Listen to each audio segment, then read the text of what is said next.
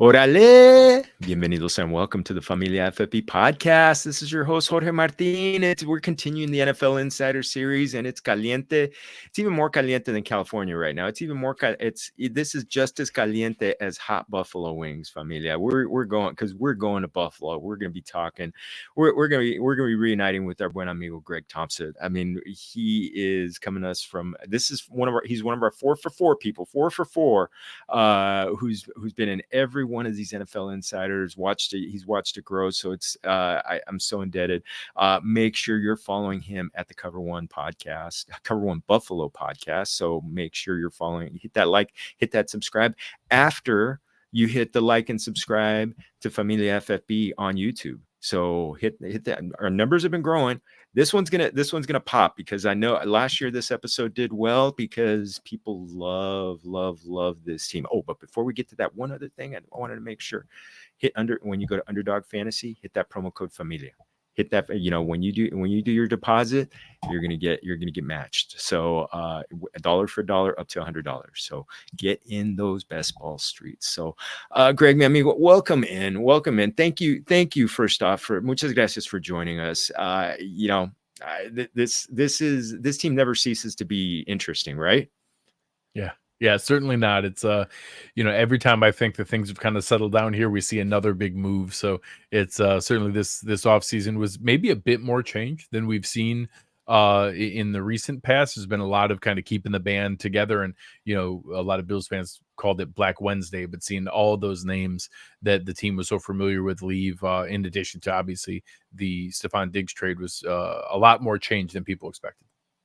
No, it's that is so true, to do that. But the major change that stayed, that's going to keep them, the major change that did not happen is that's going to keep them in contention every year. That's number 17. Well, we can't do anything but start with him right there. He's the QB1. I believe it's 3 of the last 4 seasons, and this season he was number 2. So it must have been a down year for him. So, amigo, once Joe Brady took over last year, it seemed like that, like all of the governors were taken off. There was no more like, okay, run less. Can you kind of quantify a little bit how the offense changed with Joe Brady and how much more of a focal point Josh Allen became? Yeah, so obviously we've done a ton of work over at our network on the scheme, on the setup. Actually had Mina Kimes on one of our shows recently going through the scheme breakdown to discuss how this is going to look going forward. And I think from a fantasy perspective, there's really very little change. There were changes in understanding the timing of what things to call when, and that there wasn't a mesh in Josh Allen and Ken Dorsey in the timing of things, the sequencing of plays, the setting up of plays. There weren't dramatic changes. So one of the things that we'll talk about, I think when we talk about Mr. James Cook, is there was a bit more willingness to run a touch more. Some of that is skewed because one of the games people look back and don't remember individual regular season games. The Bills played the Cowboys and they absolutely thrashed them on the ground to the tune of, I think they ran the ball like 48 times in that game. So some of the numbers are a bit skewed in just how run heavy they were under Joe Brady, because that, when you have a smaller, condensed number of games, that made it seem a bit more dramatic than it actually was. If the Cowboys were able to keep up scoring wise, they probably would have passed the ball a little bit more, but it was working and they couldn't do anything to stop them. So they kept pounding the rock. But I will say the run game was effective under Ken Dorsey, but he was never very consistent in how to use it. He didn't set up a lot of play action, some of the things that a lot of Bills fans wanted to see in the effectiveness of it. The good news is Josh Allen is still the number one weapon when you get down to the red zone.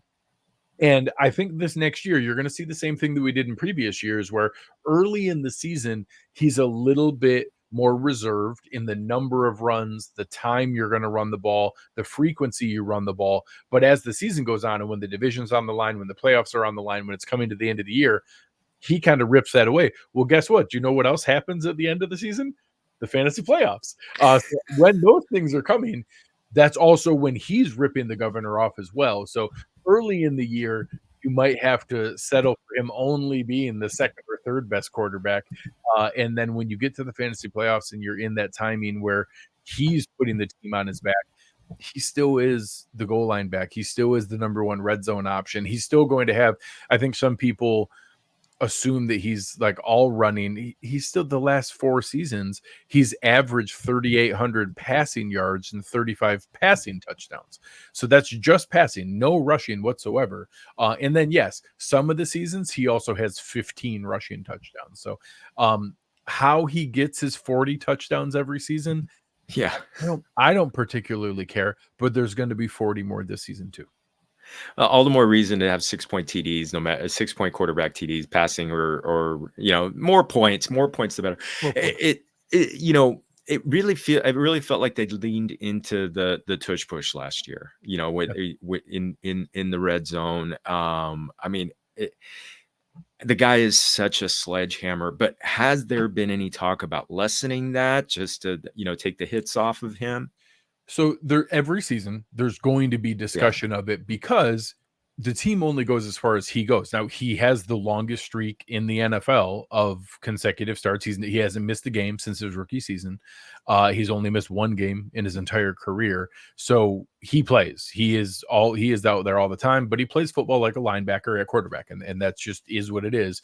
So they're always going to be in his ear about protecting him from himself, but that's not removing the running game. That's saying, hey, when it's the first quarter of a week 5 game and you've already picked up the first down on 3rd and 5, you don't need to put your shoulder down into the safety to see if you can get 12 yards. It's okay to just go out of bounds or just slide because you already got the first down. Right. Or when it's, hey, it's 3rd and 15, but we're winning by 12 points. And you think you could possibly truck the linebacker and the safety to go pick up the first down. You want to know what?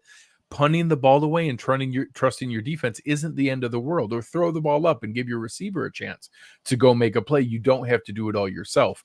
That's where the conversation comes in. And that if that means that he has, 125 rush attempts instead of 160, I'm okay with that. There's no possibility that it's going to turn into, he stops running the ball and he only runs the ball 50 times in the season. That's just not his nature. Like, he's going to take the ball into his own hands and be able to play. So, maybe we have that conversation when he's 33, 34, 35. He just turned 27. He's 27 years old. Like, that's not changing at any point in the near future. So I do think it's smart to have him, constantly have that drumbeat in his ear of making good decisions, not putting your body in harm's way when you don't need to. But when it's 3rd and 4 or when they're down in the red zone, he's the most dangerous weapon in the NFL, and they know that. Love it. And he's a quarterback who's still, you're right about the running, but he's still a quarterback who's going to throw 570 plus times in a season. That's huge. That is why, I'm in the, you're in the Scott Fish Bowl again. Are you doing it again? So, I'm at the 102. I don't expect him to get to me. I don't expect it would be shocking if he did.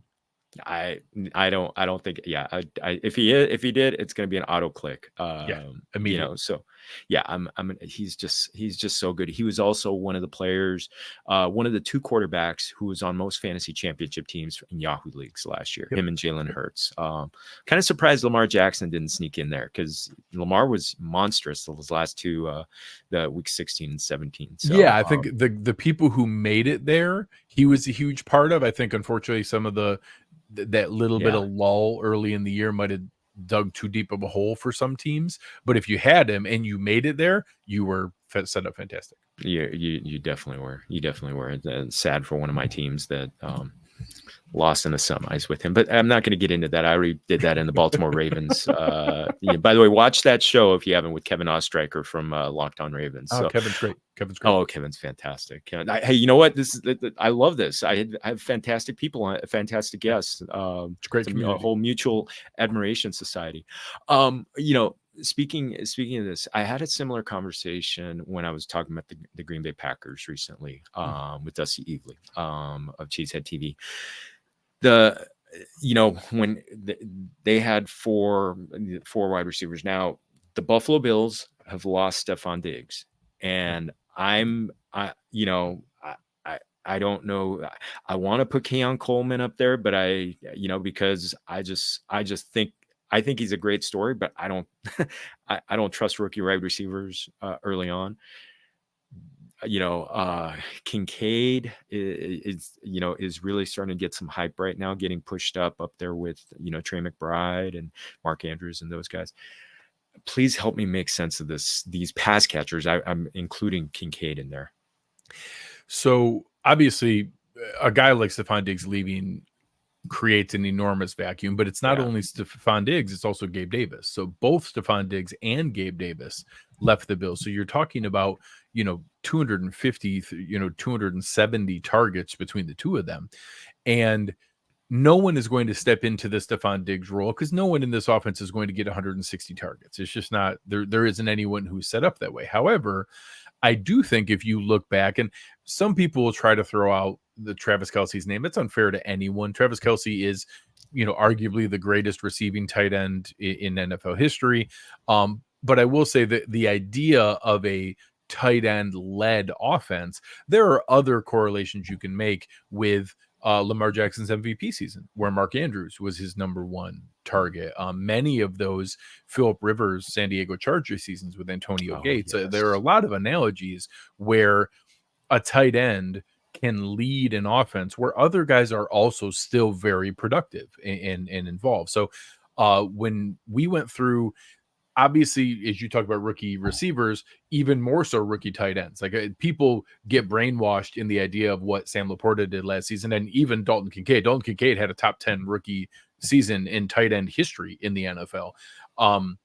But that's very abnormal. So if you go back, the first 4 or 5 games, they were kind of really easing things in, weren't sure what the usage was going to be. Then he got hurt, and then he came back. If you take the last 13 games, so the last 11 games of the regular season and the 2 playoff games, which playoff games obviously show the team's best effort to put their top product on the field, he played at a pace that would have been 113 targets as a rookie. So that 13 games is not some small sample size. Like 13 games is a very material sample size. They've already shown in his rookie season with Stephon Diggs still on the team, he was at a season pace of 113 targets.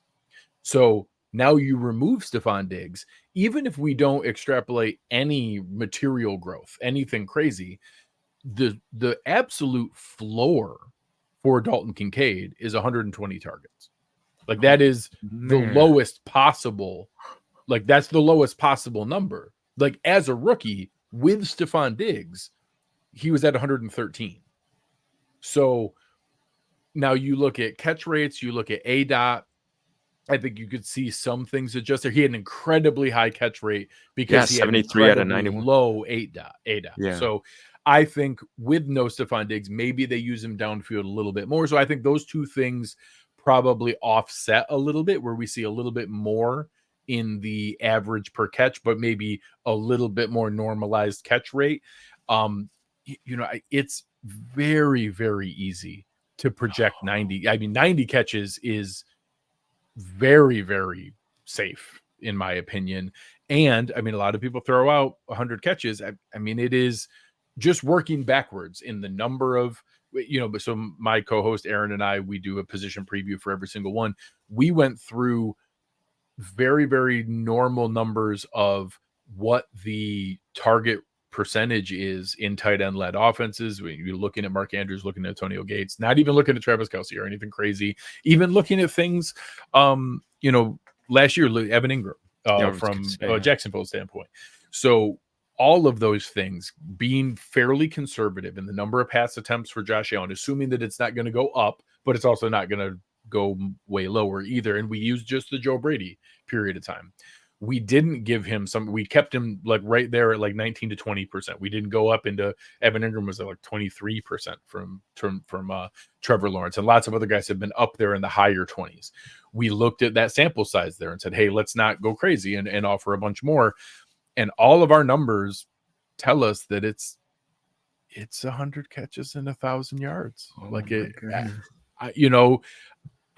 So even if we look at 85 catches and 850 yards and that's it, and then the random variance of touchdowns, where that can go, you can have 85 catches and 850 yards with 3 touchdowns. You can have that with 12 touchdowns. Anybody guessing that is purely guessing, but you tell me where a tight end's going to rank with 85 catches, 850 yards, and 8 touchdowns.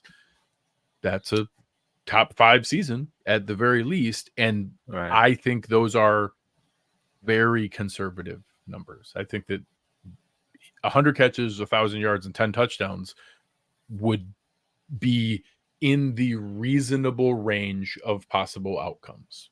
And this is, again, this isn't even me, like, I haven't said one thing about Dalton Kincaid as a player or his talent or anything there. I think he's a very talented player. I think he's a first-round pick for a reason. I think they're excited about him for a reason. This has nothing to do with him. This is just the math of this is the person who's going to lead the team in targets. He is 100% going to lead the team in targets. Last year, so let's go into some of the other options. Khalil Shakir was arguably the most efficient receiver in the NFL last year. Like his really great yards per route run, success rate, yards per route run, EPA per target, per catch, per route run. He was at the top or in the top 3 in everything. However, a lot of that was on a really small sample size of targets. So, but that also carries in both his rookie year and last year. So last year was his second year. He was also insanely efficient in his rookie year. I'm certain that can't continue when he now gets a significant increase in targets. And when I say significant, I mean virtually doubling. I think he had 45 last year, if I remember right. So I think that's going to double to about 90. And maybe it gets all the way to 100. I think that, I look back at some of the seasons early on with the Bills when it was John Brown, Cole Beasley, Emmanuel Sanders in a bigger mix of receivers prior to, all the gravity that goes with the Stephon Diggs. And that's about the range they would have is like 4 guys between 110 and 80, rather than 1 guy at 160 and then a huge drop off. So I'm just going to kind of assume that we go back closer to that range where there's still a top guy, but then a little bit more drop off. But even if Khalil Shakir jumps up there, he's not jumping up to 150. He's probably not even jumping to 120. I think he goes from 45 to 90, maybe 100. I like Curtis Samuel. I think Curtis Samuel had his best career season under Joe Brady. He had 1,000 total yards in that season with Carolina. I think he's a very sneaky pick to have probably more usage than people realize. But again, he's not a 100 target guy. He's probably, an 80 to 90 target guy. And then some manufactured touches that will be, for PPR leagues, you hope there's a lot more of the pop passes on the jet sweep than the handoff on the jet sweep, because you get the extra little point for him letting go for 12 inches of space. But we'll see how many of those happen. That season with Brady, he had 40 carries as a Carolina Panthers receiver. 40 is a big number. That's like a Deebo Samuel type number. I don't know if I expect 40, but I expect manufactured touches. And then you drop down to the 4th one, and I do think it's a top 4, like a significant top 4. Kincaid, Shakir, I think they're even in a top tier of their own. I think Samuel is slightly below there. And then I think a defined 4th, but ahead of the Mac Hollins and the Chase Claypool and the Marcus Valdez-Scantlings, is Keon Coleman. They like him a lot.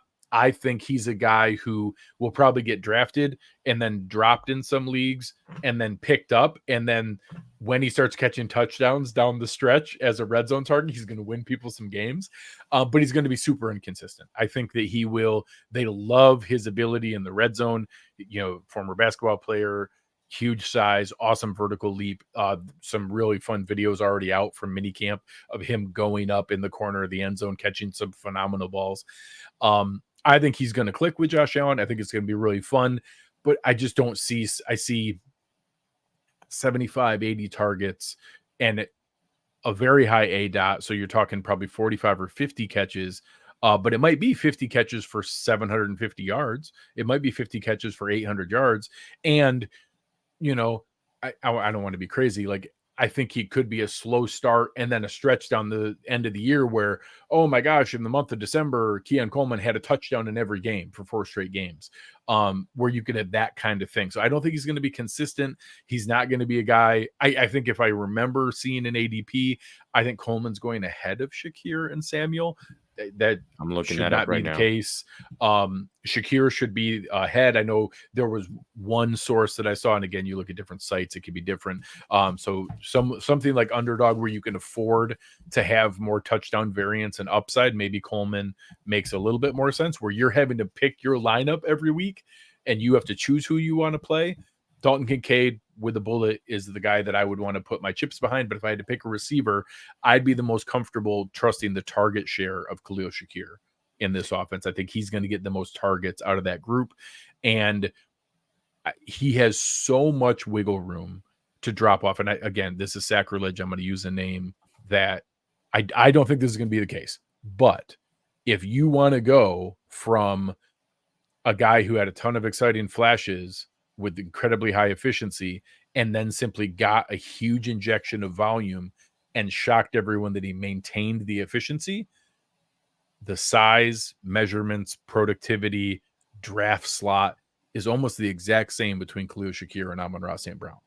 Oh my goodness. They're the same kind of athlete. They're the same kind of draft slot, the number of receivers taken ahead of them, the incredible efficiency early on. So I don't think that's going to be the case because I don't think, Amon-Ra St. Brown was an anomaly. I don't think that's what Khalil Shakir is.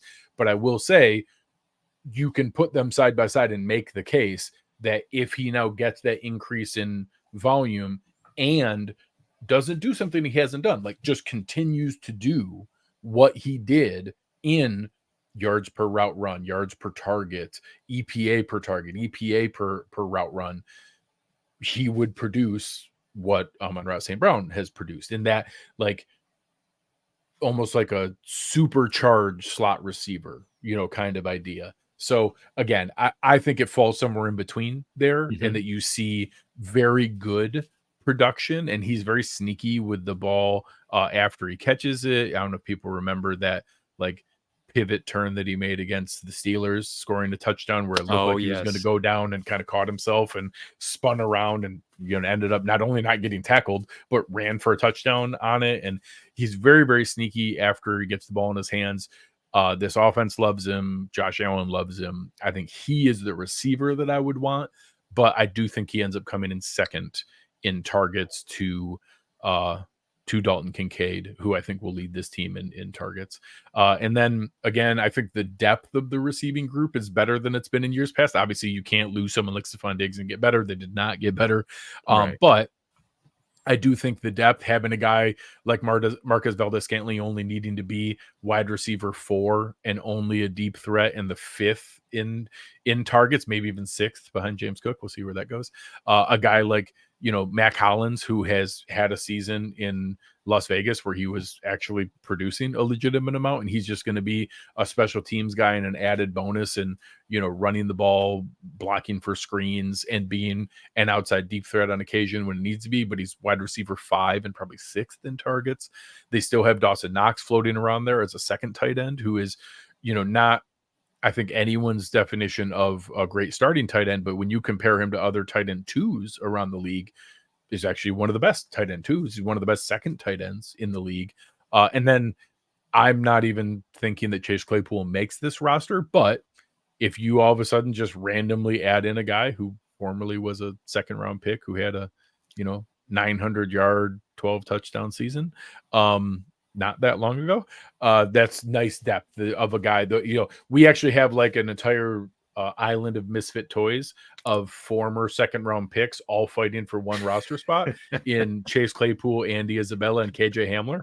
Like, we have a bunch of other people's second round busts all seeing if they can fight to make our roster for wide receiver 6. So that'll be fun in, training camp to be able to see. But all of the things I just said are why you should be excited about Josh Allen. He has an embarrassment of riches in depth to go to. We don't have that number one target anymore, but there's better depth of things for him to pivot around to. I don't think I'd want to put a lot of my fantasy chips on a Bills receiver and bet that, that's the one, because I think it's going to change week to week, and a lot of guys will have pop out big games here or there. I think the most consistent one will be Dalton Kincaid, and if I had to pick a receiver, I would pick Khalil Shakir. Right after this show, I'm reaching for some Kool-Aid because I'm a good salesman. I had been skeptical about Dalton Kincaid, but it makes all the sense in the world with the amount of vacated targets that are out there, the way Josh Allen loves big targets, and his receiving ability and his catch ability. So I think everything is pointing toward him.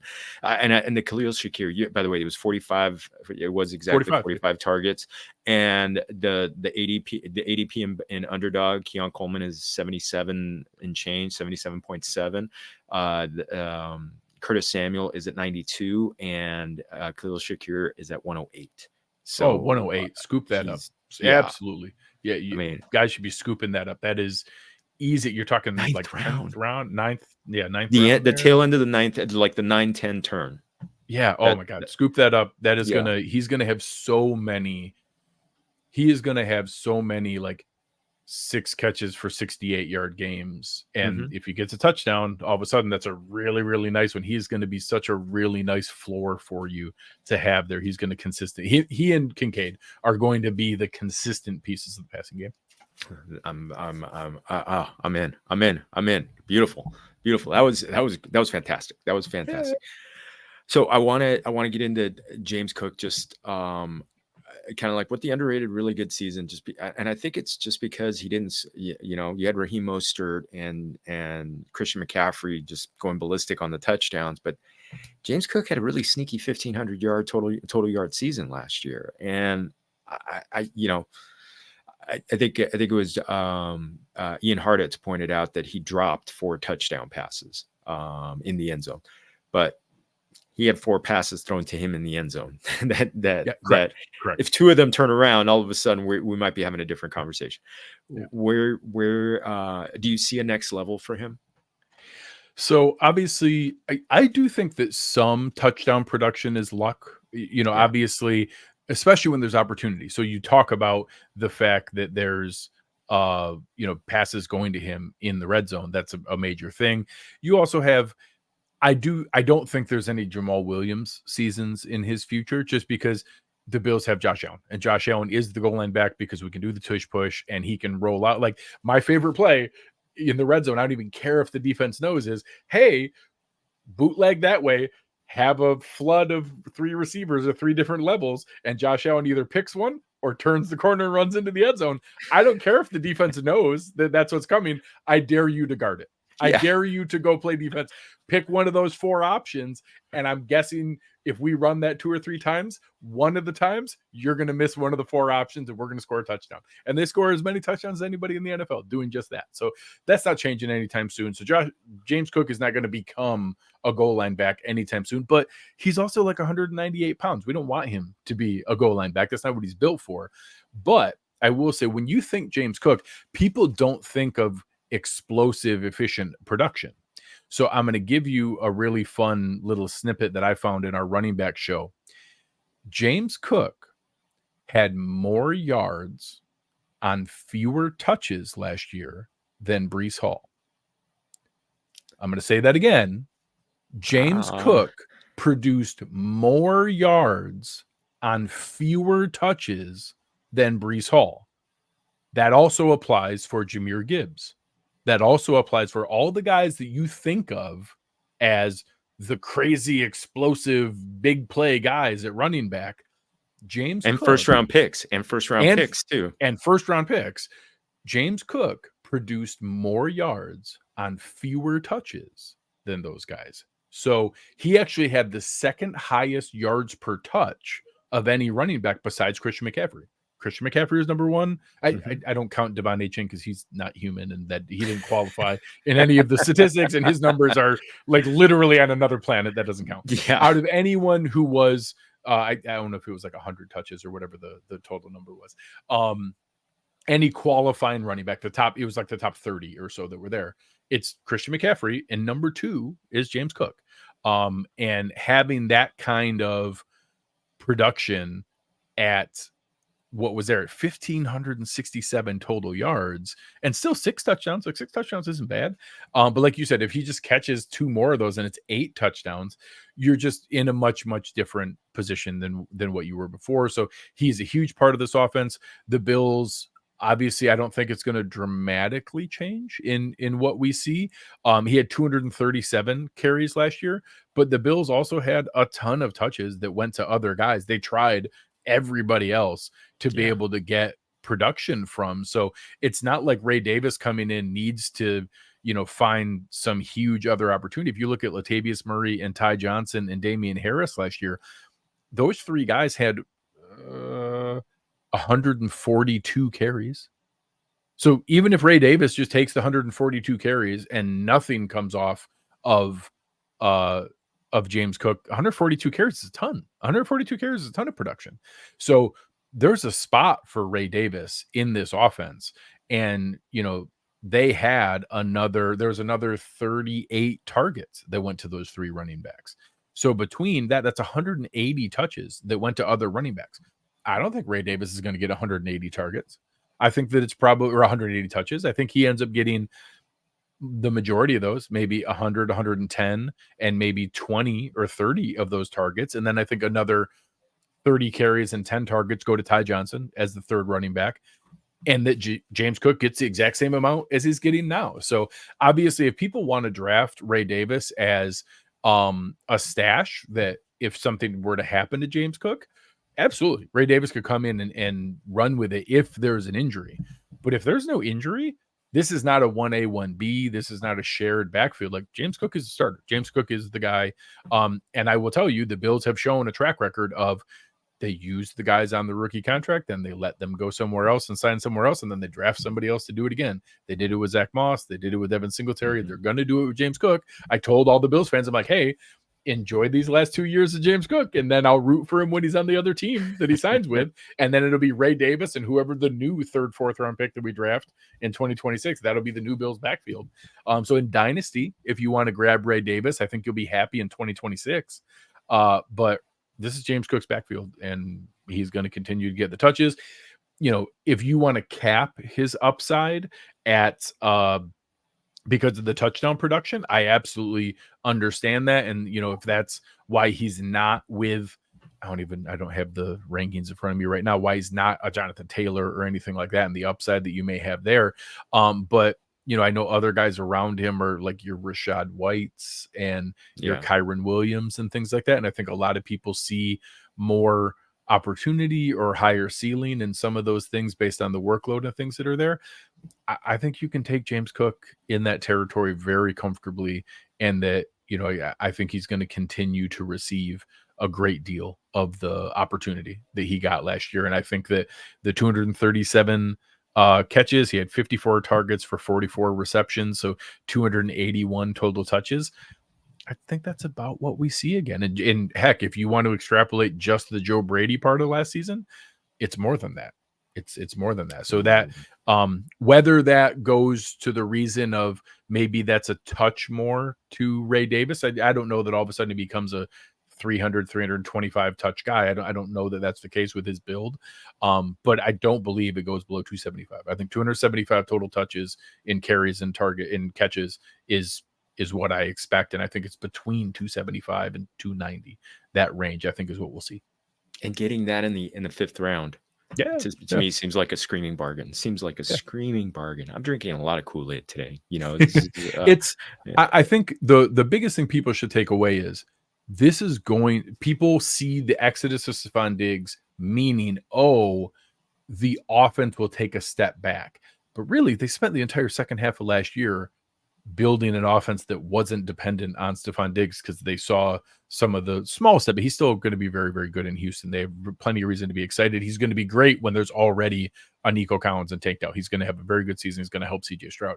But they were already building an offense for the post Stephon Diggs world last year when he was there. And they're just simply continuing to move forward there. This is going to be another top 5 offense in the NFL, but at worst top 10. It's going to be one of the top 5 scoring offenses, because the next time Josh Allen doesn't have a top 5 scoring offense will be the first time. They're going to score points, and I think people have seen it. Oh, they're going to take some huge step back. They're still going to score a ton of points, and now a lot of those players are going at a discount in fantasy because people are assuming that there's going to be this step back, and there's not. They're going to score points. Oh, love it. Well, you got a quick state of the offensive line, kind of where they're at? All the things I just said are because it's the best offensive line Josh Allen's had in his entire career. That's why the run game worked last year, because they have Osiris Torrance and Spencer Brown are just a meat grinder on the right side. James Cook put up all those yards per touch, not because, hey, I'm going to tell you guys a secret. He's not as good of an athlete as Breece Hall and Jahmyr Gibbs. Don't tell anybody. Don't let anybody else know that. But the dude ran for like 7 yards before he got touched for the first time, over and over and over again. It's pretty easy to do that. So none of that's going to change. They still have a road grading top 2, top 3 run blocking offensive line in the NFL, and a slightly above average pass blocking offensive line. But again, when you have Josh Allen, all you need is a slightly above average pass blocking offensive line, because every one of the most stable stats, and you hear this from a lot of quarterback analysts in the draft, one of the most stable stats is quarterback's ability to avoid sacks in their number of pressures, or a quarterback's inability. If you get sacked highly early in your career or in college, that doesn't normally fix itself. And if you're very good at avoiding sacks from the number of pressures you have, that normally doesn't go away. That's why Patrick Mahomes and Josh Allen are first and second in that every single year. It's why, despite Lamar Jackson being an otherworldly talent as a rusher and his ability to scramble, he's a little more average in that stat every year. It doesn't change. Like, either now Lamar Jackson's is because he plays with fire a little too much. Like, he thinks he can get himself out of everything, even though he can get himself out of a ton of amazing things. So that offensive line is the best one Josh Allen's had. And even when they let pressure through, because they're not amazing on the offensive, we don't have a Trent Williams. We don't have, some otherworldly top talent, but we have 5 good guys at every single position. There's no weak link, and they're all really good run blockers and pretty good pass blockers, and pretty good pass blocking works with Josh Allen. Oh, I love it. How about a quick overview on the defense side of that ball? So from a real world football standpoint, there's a little more unknown there, because I don't know what a secondary looks like without Micah Hyde and Jordan Poyer. I'm a little nervous. Losing Trey White, Micah Hyde, and Jordan Poyer all at once is a ton of tribal knowledge. It's also, in fairness, they hadn't been the all pros that they were 2, 3, 4 years ago, and at the peak of that secondary. So they had already kind of prepared there. Christian Benford was probably already our top corner. Rasul Douglas was already, playing as a CB1, even when they were trying to work in Trey White after the injury. Taron Johnson was the all-pro nickel corners, but, and now is the highest paid nickel corner in the league. The changeover at safety makes me nervous. It's a combination of Taylor Rapp and the draft pick of Cole Bishop, the signing of D. Delaney, who actually is pretty good in Tampa, and Mike Edwards out of Kansas City. It's kind of the 4 of them, maybe competing with DeMar Hamlin. I'm unsure of where that goes, but if they get Matt Milano back healthy, Terrell Bernard at linebacker, they're going to be doing good. And one of the best defensive lines they've had in a while. Really good depth. Daquan Jones back at one tech and having legit backup in Austin Johnson. Ed Oliver had his breakout year last year. The draft pick of Dwayne Carter, a lot of people were very excited about. And then 5 rotational defensive end. Gregory Rousseau had a really nice season last year. So I feel a lot better at the front end than I do at the back end. But from a fantasy standpoint, it might mean we need to score more points than we have in the past. I was just going to say, we're going to have a couple more shootouts than we had in the past.